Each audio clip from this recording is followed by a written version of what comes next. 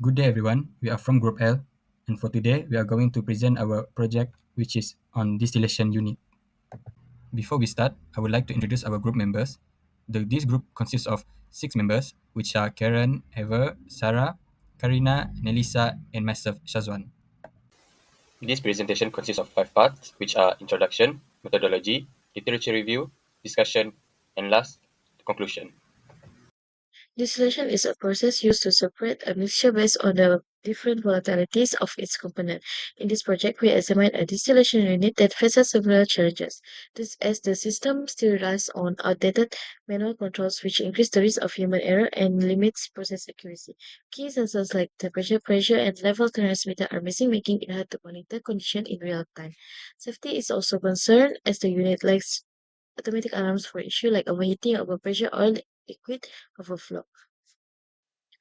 Our goal is to upgrade the distillation unit with advanced automation and instrumentation and modernize the distillation process. I will now briefly summarize the methodology used in this experiment. The procedure involved three main stages: startup, operation, and shutdown of the unfilled UOP3cc distillation unit. To begin the experiment, we followed a structured startup procedure to prepare the distillation unit safely and correctly. We began by checking all valve position and connection. Cooling water was connected to V5 and the reboiler was filled through V2. To prevent pressure build-up, we opened the column vent at V8 and keep V1, V6, V10 and V3 closed to maintain full reflux. The heater was started at low power and once the target temperature was reached, feed was introduced via V12 and V1. Once the system was fully prepared and stable, we proceed with the continuous operations of the distillation process. Next, the feed passed through the heat exchanger and entered the column. Water collected at the bottom was reheated and returned to the column. Vapor rose to the condenser, condensed and was split with the reflux and distillate. Then, the bottom product will exit through V11. After completing the distillation run, we followed a proper shutdown procedure to safely power down and clean the system. Here, we have the block flow diagram and the existing PNID of the distillation unit, which we obtained from the lab and have been redrawn using Microsoft Visio. As you can see, the diagram on the left illustrates the modified version of our PNID. To improve the performance and safety of the distillation system, several key modifications were made. First, a 3-wire RTD was installed in the reboiler through a thermal well to ensure accurate temperature monitoring. For a pressure measurement, a sensor was placed at the top of the column and connected to a remote diagram seal transmitter at ground level using capillary tubing. To prevent flooding, level alarms were added to both the top and bottom product receiver tank. A pressure safety valve, PSV, was installed at the top of the column to automatically release excess pressure. Lastly, insulation was applied to the product tank to reduce heat loss and improve energy efficiency. These upgrades enhance the overall safety, reliability, and performance of the system. Now, I will talk about the literature review of our project. This is the UOP3cc distillation column manufactured by Armfield. It's a laboratory scale column designed for training and understanding distillation fundamentals. It includes 2 interchangeable columns with add trays and a packed column which allow users to compare different distillation techniques. The apparatus is constructed from solvent-resistant material and is flame-proof and intrinsically safe. It also includes a reflux controller, a vacuum system, and a pressure drop manometer. Next, some additional capabilities include 2 5-liter feed buses, feed pump, feed preheater, floating thermocouples for process monitoring, dosing feed vessel, and condensate phase separator. Some real-world cases highlight the significance of understanding these issues. For instance, case documented overheating that was due to acid formation from chloride source include, while in 2013, a catastrophic explosion happened at the Williams olefin plants resulted from human error that caused liquid expansion and overpressure. Additionally, Houston and Olsen investigated flooding stemming from tray flood failure and liquid carryover in an atmospheric crude distillation column. Moving on to the discussion part. So how does the overpressure occur? The distillation column is equipped with a vacuum system that enables operation at pressures as low as 200 millibar, which allow the distillation process to occur at lower temperature for safety purposes. One of the common causes of overpressure at the column is the blockage, or restriction of vapor flow when the condenser outlet or receiver is sealed or partially closed, which prevents vapors from escaping the column. The vapors from the column are supposed to enter the condenser and change their form to liquid as separation will be successful. This issue also could happen in other instruments. Excessive heating of the reboiler without proper venting can generate more vapor than the system can handle. Failures in vacuum system during low pressure distillation can also lead to sudden pressure surge if vapor cannot be properly evacuated. Additionally, operational errors such as closing valve prematurely or improperly. Closing valve prematurely means shutting valve earlier than it should be, which can trap the normal flow of vapor inside the column. Issues like flooding or fouling without the column packing can restrict vapor movement, lead to increased pressure drop, and cause pressure build-up. Overpressure can also result from failures in the vacuum or cooling system. For example, if the cooling water supply is lost, vapor within the column cannot be condensed effectively, causing a rapid increase in internal pressure. This sequence of events is clearly illustrated in the figure. It shows the time-based pressure response and heat duties in the column C2 following a cooling water failure event. At approximately 500 seconds, the condenser begins to lose its ability to remove heat due to cooling water loss. As a result, the pressure in the column starts to rise. By around 700 to 750 seconds, the pressure reaches 24.5 bar, triggering a automatic shutdown of the steam reboiler to reduce further vapor generation. However, the heat input from the pump around the reboilers continue, causing the pressure to climb until it reaches 25.3 bar. At this point, all three pressure safety valves are open to relieve excess pressure and prevent equipment failure. Next, the primary contributor to overpressure is the overheating issue.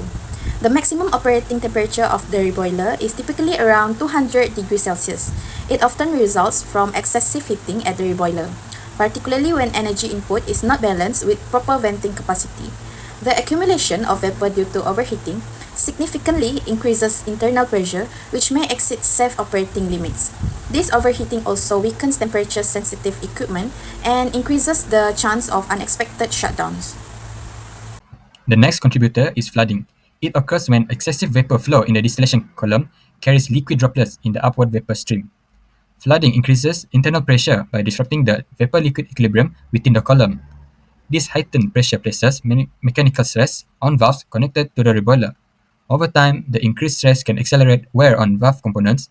In older or worn valves, the seal integrity may degrade, causing leaks of processed fluids. These leaks can lead to potential exposure to hazardous chemicals or flammable vapors and reduced operational efficiency by allowing uncontrolled fluid loss. As we can see in the figure 3, the mechanism of tray flooding in distillation columns, the left side is the flooding that occurred due to inadequate downcomer seal which allow vapor to bypass through the fluid. On the right side, insufficient downcomer clearance which restricts liquid drainage and increase tray level. For overflow, without proper level monitoring and alarms, operator may fail to detect abnormal liquid accumulation in time, which allows overflow to occur. This condition not only disrupts downstream processes but also poses safety and environmental hazards. Although the main product received lacked insulation, an insulator was installed on the additional tank used during manual product withdrawal. This improvement helps maintain product temperature stability and reduces heat loss during collection. For the alert sensing system, we have installed several instruments like temperature transmitter and sensor, pressure transmitter and sensor, level alarm, pressure safety valve, tank, and insulator. So the figure shows the modified piping and instrumentation diagram of the continuous distillation unit. For the temperature transmitter and sensor, we are going for three-wire transmitter and resistant temperature detector RTD. So these instruments are going to be installed on the reboiler of the distillation unit.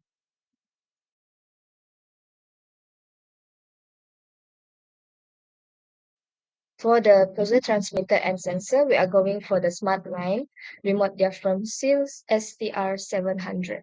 So the pressure sensor are going to be installed at a different point on the distillation column, while the transmitter is going to be installed at the ground level in a protective enclosure to guard against any environmental exposure.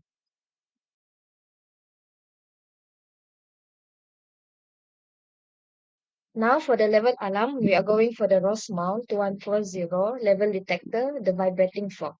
These level alarm are going to be installed at the reboiler and also the top and bottom product receiver tank.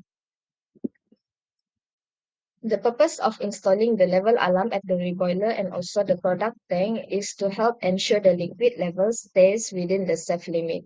If the liquid level is too low, the reboiler could overheat, which could indirectly cause overpressure by generating excess vapor or damaging the equipment. If the level is too high, it could affect vapor generation and flow, again contributing to operational issue and also might cause flooding. Now for the pressure safety valve, PSV, we are going to install this instrument on the distillation column in order to prevent the overpressure issue. Finally, for the tank and insulator, we are going to install a new tank product at the valve 4 of the top product receiver and valve 11 on the bottom product receiver.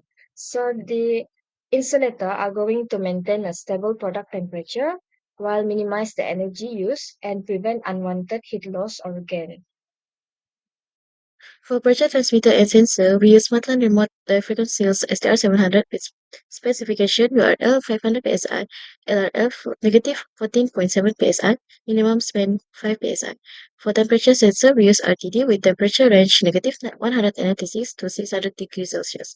For temperature transmitter, we use 3-wire transmitter with power supply at 236 VDC. Here we use level alarm Rosmar 2140 level detector vibrating foam with operating pressure is full vacuum to 1450 psg at 122 degree Fahrenheit PSI. The operating temperature is negative 40 and to 302 degree Fahrenheit as standard, negative 94 to 500 degree Fahrenheit as option.